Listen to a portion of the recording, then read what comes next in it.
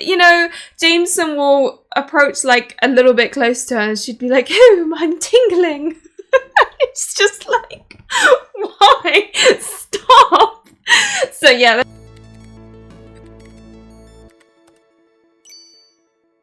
Hello everyone, it's Luli, and today I'm going to be talking to you about the Hawthorne Legacy. Now this is the sequel to the Inheritance games, so it does kind of tie up all the loose ends. At the beginning I'll be doing my spoiler-free review, and then towards the end I will be retelling the story, which I am actually kind of scared of doing because there's just so much to explain in so few pages. I don't know how the author managed to squish so much info in 300 pages, but yeah, fingers crossed I'll be able to explain it to you. And of course, if you have any questions, feel free to ask them in the comments below and I'll try and answer them as soon as possible. So I thought before we start, let's do a quick recap of the Inheritance games. Avery, the main character, inherits a ridiculous amount of money from this mystery man called Tobias. They're all confused why she, of all people, inherited basically everything he owned. And, you know, they discover that they've each been given sort of like a clue almost. And then there are this series of riddles that they kind of ask and figure out. And then right at the end, you discover that basically Tobias has a son, or had a son, who everyone believed was like deceased or missing or whatever, but turns out it was Harry, the homeless man that you meet at the very beginning, which is the one that Avery is like playing chess with before all of this happened. So there's a clear tie there, and the grandsons, I don't think, are convinced that it's coincidence, that they think it's, you know, it seems to be like she knew Harry, Tobias knew that his son Toby / Harry knew Avery, and there's a lot of questions, and I suppose that's why you want to read the next one, because you're like, but I have so many questions and I have no answers for them. So yeah, the story starts in the Hawthorne Legacy with why? Why do you know Toby, essentially? Like, what is this? And I think what I liked, and so let me go on to talk about what I liked and didn't like about the Hawthorne Legacy. I liked that, unlike the first one, it focuses a lot more on the family. So, you know, Tobias had 2 daughters plus a son, so 3 children. And he, in fact, left them a clue as well. But I won't go into too much detail. Basically, this book does kind of focus on the entire family, dynamics of it, the drama that happened in those family members, like childhoods, for example. Things like that, and like secrets that no one really knew until they start digging, type of thing. It really focuses on those family secrets, and I really liked it, because yeah, in the first one they do basically just focus on the main character and like the grandsons. It doesn't really involve any of it doesn't look at the bigger picture, whereas this, it's like it zooms out and you're looking at family history, and it's just so much more juicy. I also liked that, I don't know, maybe the author has gotten some practice from the Inheritance games, but the writing style was a lot smoother. It wasn't as grating on you, because I'm not gonna lie, as you can probably tell if you've watched my The Inheritance games review, I was very much irritated in so many points of that book, whereas this one, the Hawthorne Legacy, was a little bit more, I don't know, it was just written in a more smooth way that it didn't feel like a bumpy ride, basically.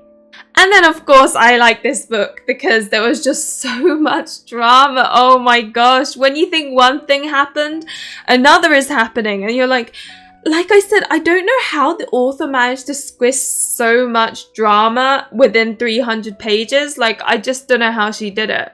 My brain felt like it hadn't caught up yet by the time I finished the book, because just so much had happened. So yeah. Now, the things I did not like about the book is pretty much similar to the reasons why I didn't in the Inheritance games. So firstly, you've got this really cringy edgy main character that thinks she's like the shit, basically. And while in this book she does kind of calm down a little bit more, I guess she doesn't feel like she needs to prove herself as much as in the first one. Why is she just so horny? I don't get it. Like, why, you know, Jameson will approach like a little bit close to her and she'd be like, "Oh, I'm tingling." It's just like, why? Stop. So yeah, the main character still frustrates me a lot. She's like a cat on heat. So yeah, she still frustrates me a lot, but it's okay. The story was good, made up for it. Another thing I suppose is not that I don't like about it, it's just I feel kind of takes away from the book is that you've got Grayson, who's like a typical coup d'etat, and you've got Jameson, who is just like your stereotypical cocky hot guy. Now, I've noticed that in YA fiction, the protagonist, like the male lead, always seems to be this cocky guy with a half smile and dimples or so. I don't know. It always feels very like samey, and maybe it's samey because that's what people want and that's what works. But for me, obviously, it gets old. Like, I've come across so many cocky, handsome men in books. Cocky being the key word. And the half smile. They always smirk and half smile. I don't know why, but these are very important criteria to fill, clearly, for young adult fiction male protagonists. I don't know.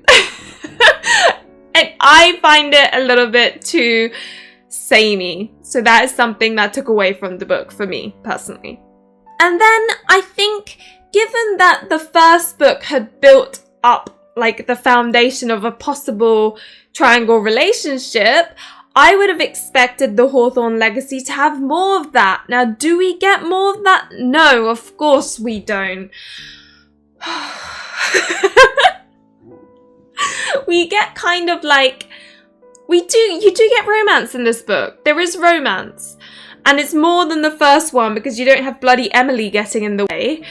But, like, it's still kind of limited.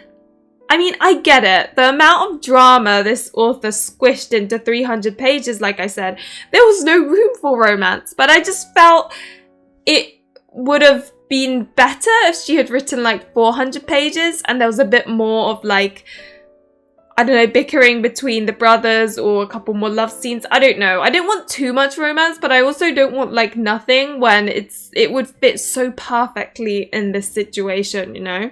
So yeah, those are the things I liked and didn't like about this book. Now, my ratings. First up, the plot. I would give it a 4 out of 5. You know, I love drama. I love twists and turns. I love riddles and I don't know, things like that. Games, it's fun. I love mystery. I love mansions with hidden passages and things like that. It is all right up my street. I'm sorry, did I say family drama again? Like, it has all the things I love. So of course I'm giving it a 4 out of 5. The plot was delicious. Oh my gosh, I cannot wait to retell you the story of this book because it was so much drama, honestly. There were moments where I was like, you know, while reading it. So yeah, no, plot gets 4 out of 5. The characters, 3 out of 5.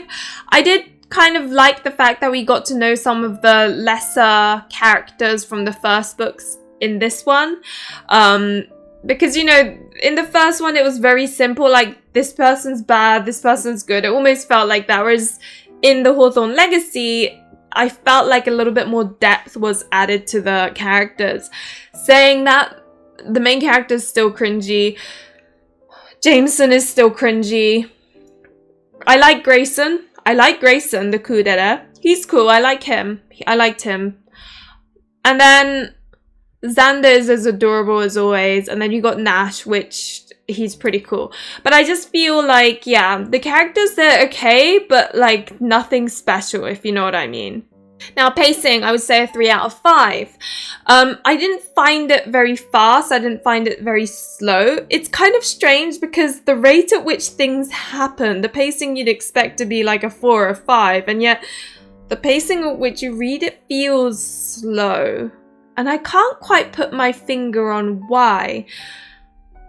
It's not badly written per se, it's just that I think if someone else had written it, I would have like binged it really quickly. Which I don't, but I can't put my finger on it because it's not bad writing or anything like that. It's just, I think it isn't written in a way that gets your heart beating. Like, maybe it's because it's only 300 pages. Like, you can't feel the emotion so much because it's all fact. There's no like description of feeling as much. They don't focus on that as much. It's all about the facts. So as a result, you feel like you're just reading about facts as opposed to like the emotions people are going through. So that could be why the pacing felt a little bit slow, because you just I didn't feel immersed. I felt like, you know, reading a newspaper or something. That's just how I felt. So yeah, pacing, a 3 out of 5. Romance was probably about a 2 out of 5. There were very few patches. There's slithers of romance here and there to reward you for reading the other parts. Almost. It was nice when the romance happened. I just wish there was more of it. Again, I feel like this book could have been a 400-page book and it would have been better because then she could have like focused on things a bit more. But yeah, romance 2 out of 5. Nothing spicy. There is one like, I'm not gonna say, there's like some romance, but nothing like extreme, you know. So yeah, definitely don't read this book if your primary interest or what you're looking for right now is romance, because you're not going to get that much of it in this book.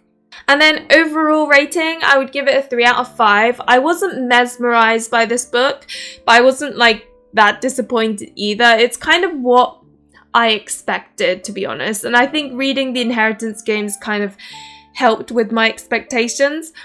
I read the Inheritance Games and thought, okay, the Hawthorne Legacy is probably going to be of the same quality as the Inheritance Games.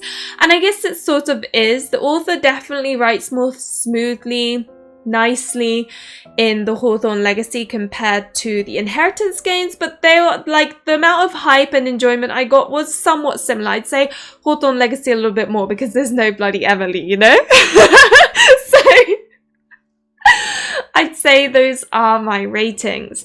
Now, who would I and would I not recommend this book to? I'd obviously recommend it to those who have read the Inheritance Games and absolutely adored it because, duh.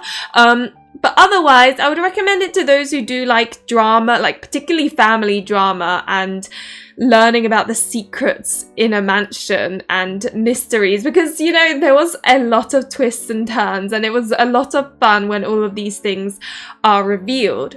I would also recommend it if you're looking for sort of a casual read.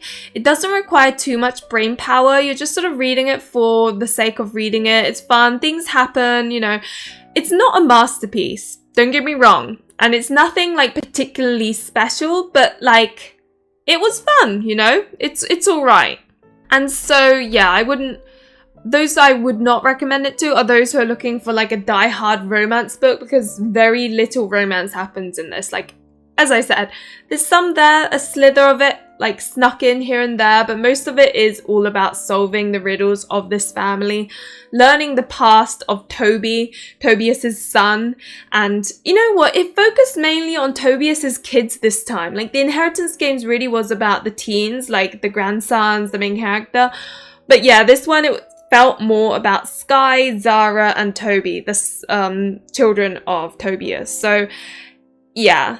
I would also not recommend it to those who really can't, like, really struggle with cringy teen main characters, because, like, she is a cringy teen main character through and through. Like, you're gonna get a good giggle out of some of the things she says, and, like, no, really, if you struggle with that, then I just, you know, watch the retelling of the story I'm about to give. And then, you know, move on, because, you'll struggle. Like, I can get over it quite quickly, but there are moments where I'm like, what am I reading? Like, you know, that sort of thing.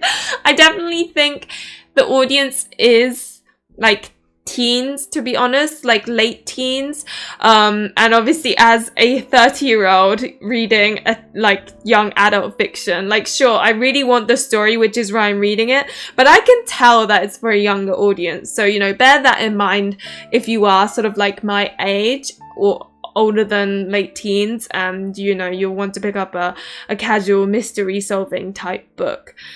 So that kind of ends my sort of thoughts regarding the book without saying too many details. But yeah, a 3 out of 5, I think. I think that's a fair score. Now, moving on to the retelling of the story. I have my notes here, like literally 2 A4 pages full of writing, if you will. Just so that I can tell you about it. As you can imagine, spoiler galore. If you have either, you know, read this book or you can't be asked to read it, then this is you keep on watching. If you are like, oh, but I'm curious about the book, I might read it and I don't want any spoilers, then move on, because I am literally about to tell you all about what happens in the book. But yeah, let's start. So to start with, let me show you a diagram of not quite the family tree, but the relationships and the key characters in this book, because I think you're gonna really need to know the names not to get confused as I tell you the story. So, you know, the man at the top who, you know, deceased and left all that he owns to Avery is called Tobias Hawthorne. He is like, yeah, he's the top man. He has all the money, and it's little Avery that inherits it all. Now, his mother, Nan, as everyone calls her, is actually still alive. She is very, very old, and she does kind of give a couple of hints here and there to the main character and the boys when, like, some situations occur. So you do get some info out of her. Now, Tobias had 3 children. You have Toby, who supposedly went missing, and who, you know, Avery discovered is actually Harry the homeless guy. And they were friends, and it's very clearly shown and mentioned in the Inheritance games as well as this, you know, this book. Now, another child is Skye. She is the mother of Nash, Grayson, Jameson, and Xander. Note that they all have different fathers. They are named after surnames of their fathers. And yeah, so that's that. There's the third child, Zara, who, you know, has one daughter called Thea. She was actually in a relationship with Rebecca, who is Emily's sister. And as you can see here, the Laughlins are the basically staff of Tobias Hawthorne, who have been working for him for ages and ages and ages. And so they play a very key part. The grandmother, I think, is like one of the most important maids in the household or something. Anyway, just do bear this in mind. Now, as you know, Emily had some weird thing with Grayson and Jameson. She basically cheated on Jameson with Grayson and vice versa, and played a very key role in all the drama that happened in the Inheritance games that I absolutely despise, because I don't like triangle relationships that don't involve the main character. Anyway, I'm gonna shut up before I go on a rant about that. Now, let's go to Avery. She has a lawyer, Alyssa, who actually used to be the fiancé of Nash, the eldest son of Skye. That didn't work out. Libby is Avery's half-sister, and for some reason or another, she's kind of... I think there's something going on between Nash and Libby. It's very much like, what's going on? And then Avery has a head of security, Olsen, working for her, and Ellie is the bodyguard who is appointed to make sure that she's safe throughout the whole thing. And let's not forget Max, Avery's bestie, who also comes in and is a great support in this book. She, even when her parents aren't around, she still uses duck instead of the F word, and many other very cringy words that you're like, oh my god, Max, please, your parents are not here, just use the bloody swear words. But she's a very lovely character. I am a little bit suspicious that maybe something's going to happen between Max and Xander. I don't know. There just seems to be at least a budding friendship there. One character that I completely missed is Melly, which is a little maid that Nash hired. She is like really shy, but I don't know, she seems to appear here and there when Avery needs something or when Nash needs something. She is very loyal to Nash. And I think that covers at least kind of like the broad picture of the family, and do feel free to flick back to this particular clip and like photo if you get confused, because very, very important. I will be using names. Yeah. Now, naturally, the book starts off with the main character and Jameson talking about, you know, why Tobias chose to leave everything to Avery, and you know, all these secrets, like who Toby is, who Harry is, all of this. And they kind of make a deal, like whoever learns more and gets to the bottom of it first wins. I can't remember the exact details of what the bet involves, who, you know, wins what and all of that. But yeah, so that's kind of where it starts, to, I suppose, remind you of how the Inheritance games ended. Of course, life continues on as normal. Avery is dragged to an NFL game where she, of course, owns the team. And Alyssa, her lawyer, is like, right, you need to behave a certain way. She gets like a publicist and is teaching her what she can and can't say and all of this, which is quite amusing because Avery's like, I hate this so much. So there's like a bit of that. She speaks to Grayson about all of this. Of course, her father pops up in the crowd and she's really annoyed with him because he didn't give, you know, any sort of like child support or anything to her mom. So she's annoyed about that. All of this happens. And then the NFL game. I guess the NFL game is kind of like there to showcase the new environment in which Avery has been placed in. And then Xander and Jameson head towards Toby's ward. So Tobias's son, had a whole ward to himself. But they actually basically, when Toby went missing, they boarded up the place so that you can't access that wing. And Xander with a sledgehammer is like going up, and the main character's like, Xander, what are you doing? And then yeah, they bash through the wall, they get to the ward of Toby's, and they start searching for clues because obviously there's going to be a clue. Now Jameson discovers a poem that Toby seemed to like, and it was about kind of poison tree law almost. It kind of points to it, which basically is a law that states that any evidence that has been illegally obtained is not valid at court. That's basically what this law is stating, and that's kind of like hinted in this poem that they find. Note that Thea, Zara's daughter, is also kind of like part of this search now. It's kind of cute because Thea and, you know, the main character, Avery, had a bit of a, like, there was some tension there, and now it seems to have kind of gone. They're all working together, which is kind of nice to see. Now, while all that is happening, Avery happens to find behind, like, the face of a clock some, I think it's a USB or something that has code in it. And naturally, because she's such a genius, she manages to, like, get it on a computer and, like, all of this. I can't remember the details because I'm no computer whiz, but, like, it was, like, coding stuff. But there are a few keywords and things that were missing, and she's like, oh, what is it? But fortunately, that missing part is obtained from the poem. So her and Jameson end up working together in these regards. They get the code, and it leads to a secret message on a wall, which naturally you can only see because it's invisible ink with a black light.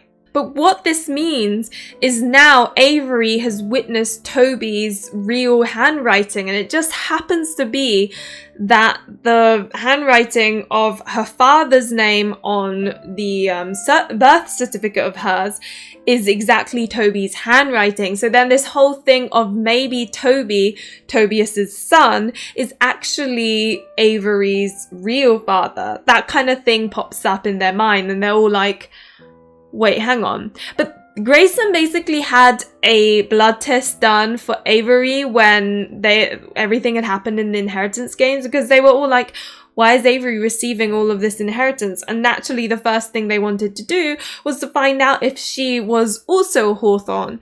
Turns out she is not. So now there's this question of, but why did Toby sign her birth certificate if he's not the father? Like, it's very much like, what's going on? And that's why the question of, was Toby actually adopted, comes up. Especially because on the wall there's all this stuff about betrayal, and like the Poison Tree poem also has kind of, I think he wrote stuff about how a poison spread through his sisters as well or something. It basically sort of pointed towards some sort of animosity between all of them. As I said, this book very much focused on those three siblings, which is why it starts here and you're very intrigued about what happened between them all. So this is where you learn a bit more about Toby. So the thing is, Toby was thought to have gone missing and maybe even have deceased, because he just sort of disappeared, and it was immediately after this massive fire that happened on an island that they believe he started, even if on the news it is made out to seem like it was someone else who started it. But the three others who are on the island, they died. So everyone assumes naturally that Toby also died. It just happened to be that maybe he got swept in the waves and disappeared. So it's completely under the impression that he's died. But then Tobias has always said Hawthorns have 9 lives.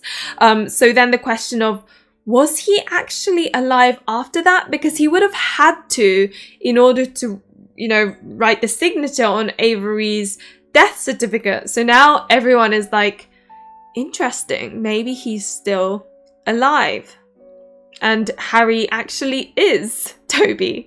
Which, by the way, I think at this point I can't remember now. I don't know if Avery is the only one who recognizes Harry. So I think, you know what? Sorry. I think everyone else thinks that Toby is dead. And this is the moment where they're like, wait, hang on a sec. Whereas, no, sorry. Avery doesn't reveal the fact that her birth certificate is signed by Toby. She keeps that hush. So yeah, that's actually, sorry, that really, I'm really sorry, that probably confused you. So what happened was, they see this writing on the wall, they learn about all of this, and then they're like, wait, what actually happened? And then all while this is happening, Avery is like, wait, I recognize this writing. She checks her birth certificate, it matches. Now she knows Toby was alive all those years ago when she was born. And even now, it's kind of like confirmation, because she knows from that picture of Harry that he is alive, and she kept this to herself.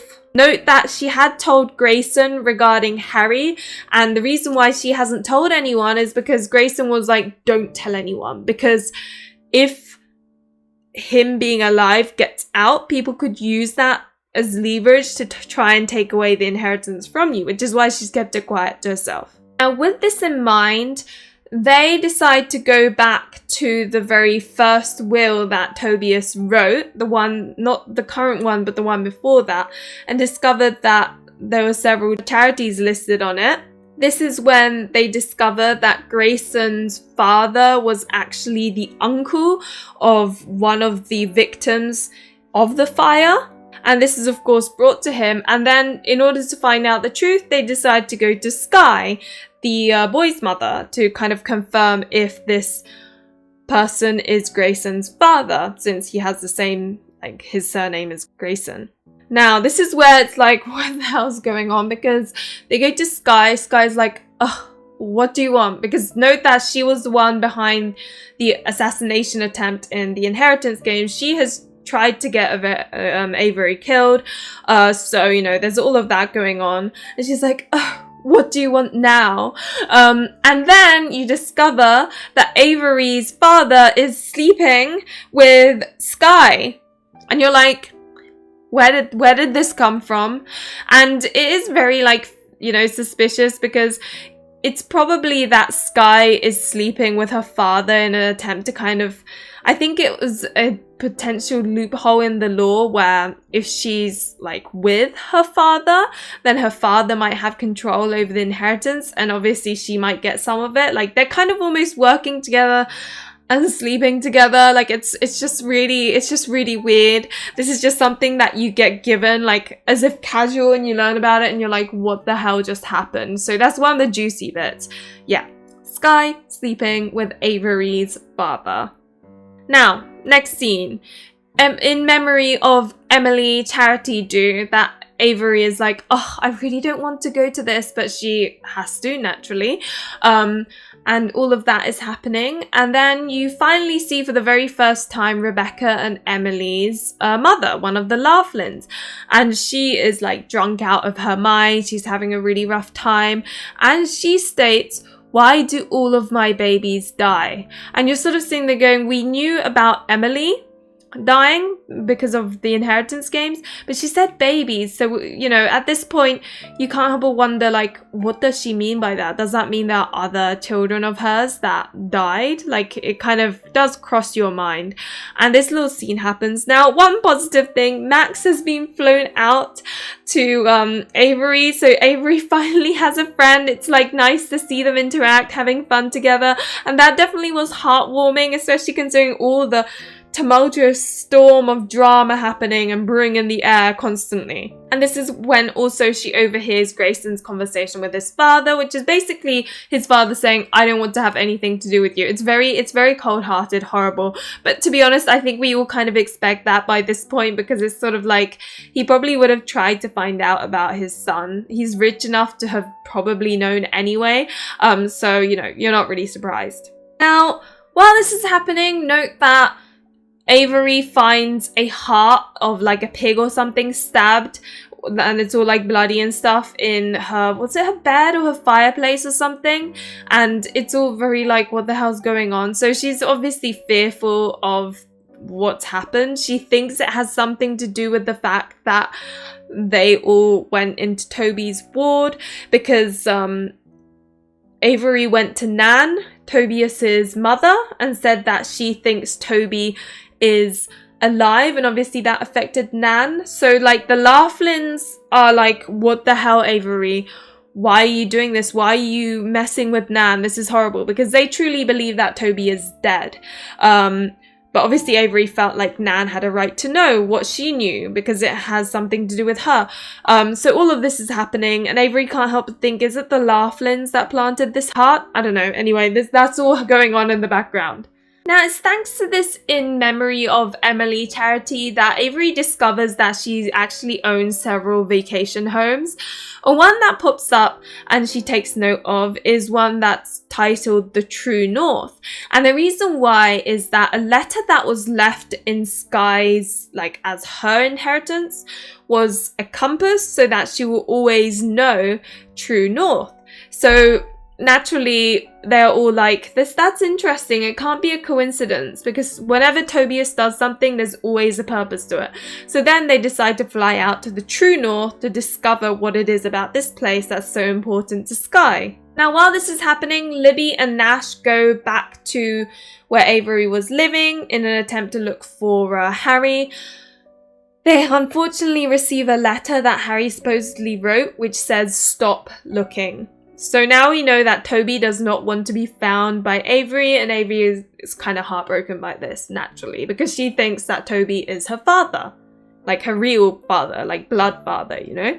Now, the investigation of the True North is quite fascinating because, you know, after like pressing switches and going through all the different things in the house, they come across a note from Zara to Sky, because their rooms were actually connected, and there's all these like portraits and pictures that show how close they were as teenagers. But in this little note it says, "You knew and you went and did it anyway. I will never forgive you." That's written in Zara's handwriting. And then there's this picture of Zara and Sky with this boy in the middle. So it's kind of like there was clearly a fight between Sky and Zara over this boy. And yeah, that's kind of like brought up. And then, so while this is happening, there's a cute ski scene between main character and Grayson. It's very heartwarming. And then, on the other hand, there is a hot tub scene between Avery and Jameson, where it gets a little bit hot and steamy, you know? And so that's a little bit of romance that we get, a bit of a tease, I suppose. And all of that is happening. Now, they do find a piece of paper with nothing on it in the back of one of these photo frames. And you're like, oh, what is this? And they're all like, we all know that this is invisible ink. And then Xander's like, we also know that there's all sorts of different types of invisible ink. And that's how they piece together that this note, in order to see it, they're going to need what was, you know, left to Zara, which was Tobias's engagement ring or something. No, Tobias's marriage ring, I think. So then obviously they're like, okay, we clearly need that as a clue to get whatever it is to read this note. Now, important thing about this hot tub scene is that something happens and it looks like someone's been watching. Ellie, Avery's bodyguards, go running towards this suspicious, I don't know if it's paparazzi or whatever. He goes running towards this paparazzi but doesn't manage catching him. But it is a bit of a fear for Avery again because she's got so many people who seem to want to kill her. It's a bit chaotic. But yeah, that's something that needs to be noted and is a bit creepy, to be honest. Also note that while all of this is happening, there is this like weird tension between Rebecca and Thea. They're like kissing, and yet there's this kind of bittersweet awkwardness about them. And it relates all the way back to the Emily thing, because there was like, so Emily and Thea were best friends and Rebecca and Thea were like girlfriend and girlfriend. And I think what happens is Rebecca tries to stop Thea from going to look for Emily, but Thea chooses to look for Emily, and that breaks Rebecca's heart almost. And it's this like weird tension. So there's like some bittersweet romance going on, and I'm not gonna lie, I was more invested in that romance than the one with the main character and the two boys, if I'm to be completely honest. Now, so they go back, they go to speak to Zara regarding her, you know, inheritance. And she's naturally not particularly happy about this. She's like, I'm sorry, Avery, but you received basically my father's entire, you know, stuff. And then you also want the one thing that he left me. And then she's like, okay, I'll give it to you for 5 million. And Avery's like, oh, 5 million, because she, you know, she comes from like a really poor background. She's like, 5 million? How am I, like, what? I can't remember what happens. I think Jameson steps in and is like, yeah, okay, we'll exchange it. And a kind of a deal almost is made. But I think what happens is instead they go to speak to Nan to get Tobias's wife's, so Zara's mother's wedding ring, so that they can exchange it. And this is where they discover that the two rings have like numbers in them, and of course they quickly note that down so that because they know that that's a clue for the next hint. So as you can see, this is really complicated. Like, I have been dreading recording this part of the video in some respects because I'm like, I don't know if I'm going to be able to explain this with clarity. So again, do ask any questions in the comments below if you're lost, because I would be more than happy to explain whatever it is that is confusing to you, like more than happy to, because I know this is very like complex and like twisty turny, so much going on all at once. Now, after some consideration, they discover that the numbers on these 2 marriage rings is actually coordinates to a property that Avery owns, like a vacation home in Costa Rica. So that's where Libby and Nash end up going.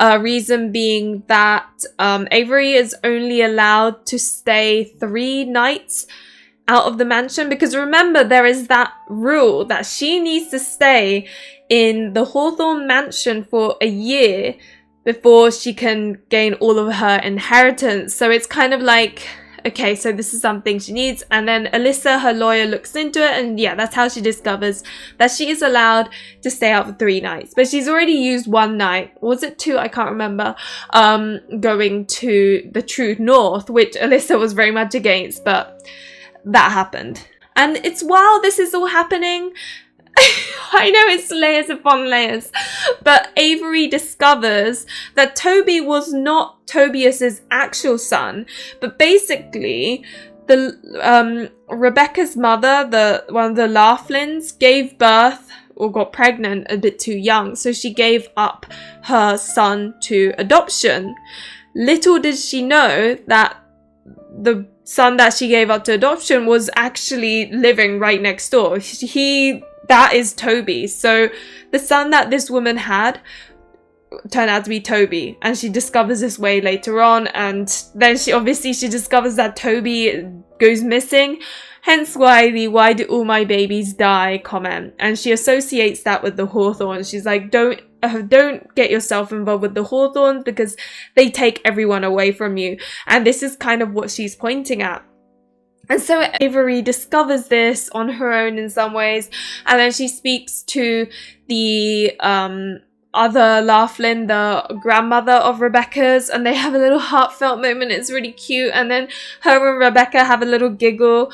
Like, you know, Avery's like, "Don't expect me to call you Aunt Rebecca." And Rebecca's like laughing because yes, so because turns out Rebecca and Toby are siblings, so like half siblings, so it's all a bit weird, to be honest, like all of this family stuff going on, and so there's all of that going on while all of this other stuff is happening. Now, what happens next isn't, Sky and Avery's father is like releasing all this information out there and getting in the way. So then Alyssa hires an interviewer, and basically she puts an embargo on all the other, I guess, news networks and stuff, and basically says to this interview that they're allowed to interview Avery and one of the grandsons, but that's it. Like that's all they're getting, and they're like, okay, cool. And then an interview is of course planned with Avery and Grayson, and all of that happens, except there's clearly information has clearly been spread, because the interviewer suddenly starts poking at who Toby is and who Avery's father is, and asking all these really personal questions, and Avery is not prepared for this. She's like, what? Because she's not allowed to really tell the truth because they're family secrets. Grayson's stepping in, trying to protect her and all of this, and just chaos because all of this info is being leaked out. And this is where Grayson kisses Avery in order to stop her from saying that Toby is her father. It's a full-on kiss scene, clearly, on the TV and everything. And of course Jameson sees it. It's great. So that happens, but it just sounds chaotic and really horrible for Avery because it was a bit of a blindside attack, to be honest. And there is that question of who leaked this information. Not many people know about it. Now, guess who it is that decided to spread all this info? It's none other than Ellie, who was Avery's allocated bodyguard, and naturally Olsen, the head security, is just he's so disappointed in this whole situation. He explains this to Avery, and so that's that. We discovered that. Meanwhile, Nash and Libby come back home from Costa Rica. They have managed to get this powder, and it turns out that the guy that lives or is a caretaker of this Costa Rica vacation home, was actually the man that Sky and Zara were fighting over, and it's confirmed that there was a love triangle there. And he gives them powder which they're able to spread across on that note, and it comes up with a letter, which of course Zara reads, and it's all emotional, but essentially says that Tobias knew about Toby surviving and has all this documentation, like investigation files, and he's hidden it at the bottom of Olsen's toolbox, hence why he left Olsen his toolbox. That's Olsen inherited it. It was very much like, oh, it must be a sentimental gift. All these things are considered sentimental gifts in the inheritance games, but of course it turns out that Tobias gave them, like left them all of this for good reason. No, sorry. What's in Olsen's toolbox is a key to a safe that has the investigation files. Sorry. I know it's so complicated. It's so easy to get things all twisted and tied up. Now, when they get these investigation files and Zara reads all this and everything, Avery realizes that the destinations are basically postcards that her mother left to her, that she's always been flicking through with dreams of traveling.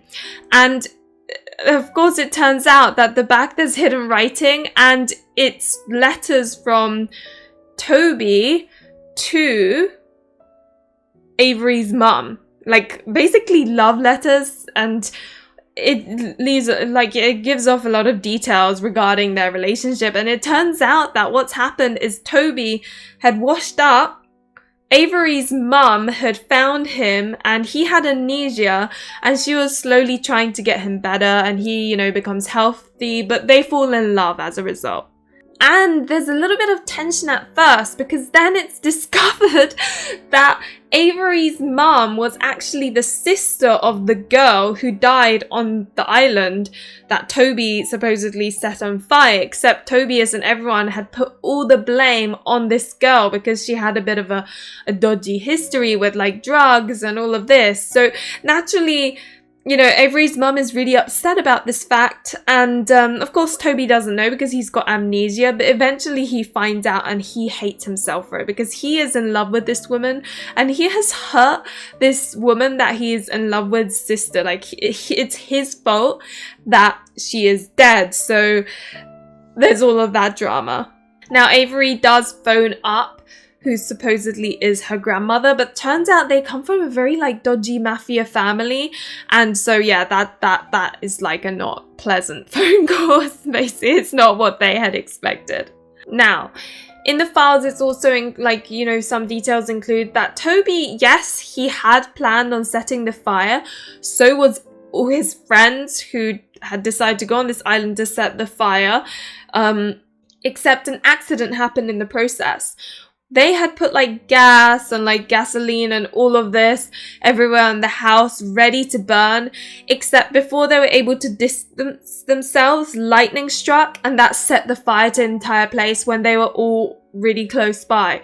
And Toby was just very lucky to survive. Like, he should have died in the process as well. But anyway, so this is all revealed. The postcards do kind of say to go to Jackson if her mum needs anything. And it's like, who's Jackson? So they obviously trace the footsteps, find out where Jackson lives. Grayson goes instead of Avery because of that 3 nights per month rule.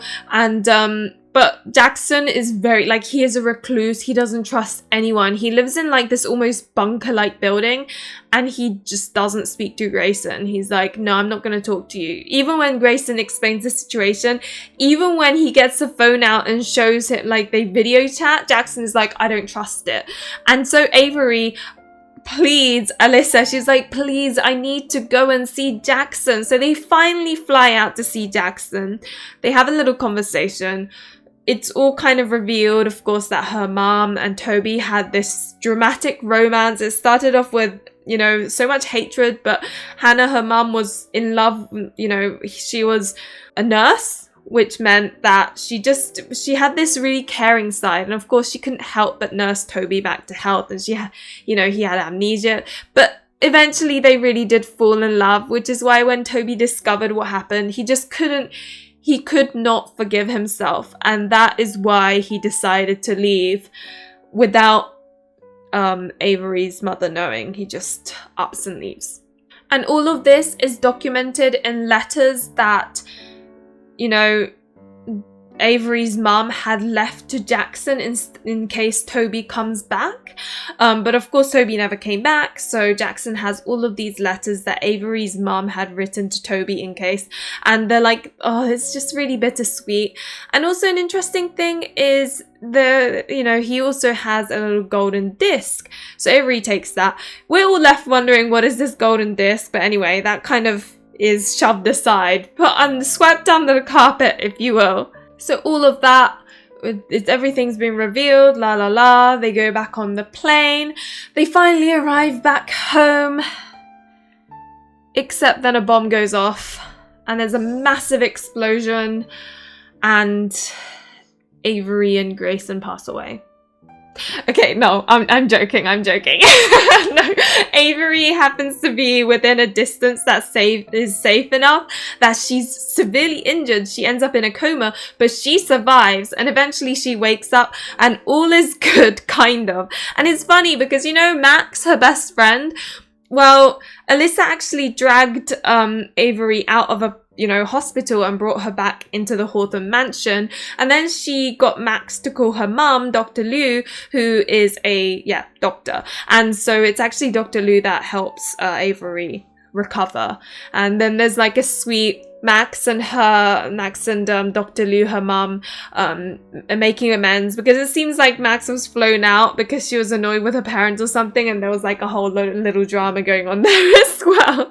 But this is where it's interesting, because Alyssa tells Avery that they did like a blood test of, I think, Toby and her, and they discovered that she is not Toby's daughter. So it seems that her actual father is the scumbag that's sleeping with Sky, but Toby was the one that signed the signature. So yeah, it's all very like, wait, what? Now, Avery has finally recovered from this coma where she's been in it for 7 days and she's finally woken up all this. But Thea then comes through the fireplace because there's a hidden door in the fireplace and is like, Avery, come here. She's like, oh, come in and come follow me because something's happened. And Avery's like, oh my God, what's happened? And she follows Thea into the fireplace. And that's when she's hit from the back of her head and she's kidnapped somewhere, because of course that's going to happen. Why did we not expect it? Now, it turns out that it is actually Melly, that adorable little maid that Nash had hired, who was the one that knocked Avery out so that she could be kidnapped. And Melly was actually working with Grayson's father, and it's supposed to be that Grayson has now kidnapped Avery, and in fact it was him that planted that bomb to injure her, but like just a little bit, so that then that would draw out Toby, because Grayson's father wants revenge.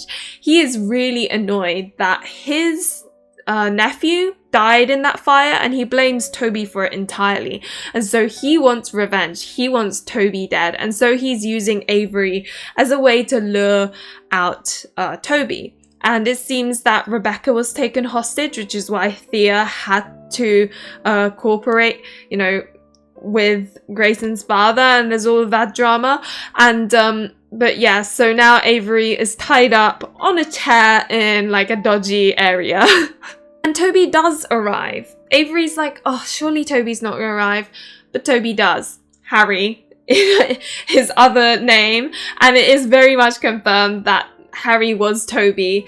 And all of that drama happens where Grayson's father and him have a chat and it's like la la la la. And Grayson's father comes this close to shooting Toby. It's like, you think he's gonna die. But before that, Melly ends up shooting Grayson's father, and yeah, she's shocked because she had not intended to. Like, she was planning on just doing a little bit of damage, but like, he's just lying there, blood's pooling, and it's just, wow. And she's obviously upset about it. And Avery, consults her. She's like, what's this about? Why did you help him? And then that's when you discover that Melly is actually siblings with Ellie, you know, the bodyguard that was allocated to Avery, who like slipped information for money and all of this. And what they wanted to do was they wanted to talk to Toby, because Toby actually has another daughter, because he was a bit of a player. He had a wild side when he was younger. And turns out their half sibling is actually Toby's daughter. So then Melly and Ellie basically wanted to ask Toby for help because her name is Eve. Their half sister is, you know, struggling and she needs money. So Toby's like, okay, I can sort that out. And so that's all revealed. It's all explained. And after that, you know, it's all settled. Avery and Toby do have a little chat about her heritage. What had happened is her mum was pregnant. She was about to give birth, but it was stormy. There was no one there. And Toby was able to arrive and help her give birth to Avery. And that's why he was the one that signed the birth certificate, because, well, her real father wasn't there. And so that's the secret that her mum kept on telling Avery. She was like, I have a secret, and never told her. But yeah, that was a secret, and that kind of explains the whole "is Toby my father" situation. I think it's very bittersweet because Avery kind of wanted Toby to be her father, so there was that, like, yeah, it's a little bit bittersweet. And this is the frustrating part, right? You know that gold disc that Jackson, that recluse, gave Avery? Well, Toby like quickly snatches it off of her and he's like, oh, I'll take that from you. And so we never discover like what that disc was all about. So I'm like, what is that? And it's really bothering me because this is kind of where it's all like summarized. It all ends. You know, after their little chat, there's a little bit of like Avery wondering who she likes more. I think she's leaning towards liking Jameson more.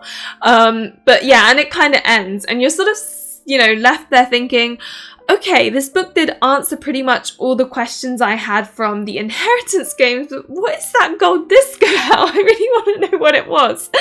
And I guess that's how, you know, the author's like luring you into reading the next one. Now, I'm really hoping though that, so Jameson had a lot of the spotlight in this book. Whenever there was romance, it typically was Jameson and Avery. They definitely have this chemistry. And, you know, Grayson takes a little bit of a back seat. So what I'm kind of hoping is that the next book perhaps focuses a little bit more on Grayson. Like, it would be nice if Avery and Grayson have a little bit of a thing going on, and then it leaves her confused, and maybe in the fourth book it's like a full-on battle. That would be nice. Those are my hopes. But yeah, I don't know. So as you can tell, so much happened. There was so much drama. I don't know what happened with Sky, and oh yeah, I think it ends with her denouncing, like her signing to say that she's independent. So basically, if anything happens to her, she can now write a will, so her, you know, money and all her stuff doesn't automatically go to her father. So that's kind of like a happily ever after, weirdly enough. And yeah, it ends there. But I don't know. It definitely feels like a good point to end, like not to read the next one. But also at the same time, I'm really curious about the gold disc. Like, what is it? I mean, I know I could look it up, but that kind of defeats the purpose of it, you know? But yeah, so that's that. Was anything confusing to you? If I need to clarify something, I know I've said this like twice already, but do let me know in the comments if anything didn't make any sense or something needed clarifying. I am more than happy to explain things better because like it's honestly, this was really tough to record. It's just so much going on. It's nuts. But yeah, I'm also curious to know what your thoughts are.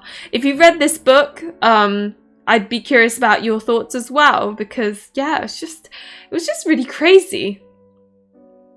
But anyway, as is always the case, thank you very much for watching. Remember to like and subscribe if you enjoyed the content, and hopefully I will see you in another one of my videos or streams. Bye!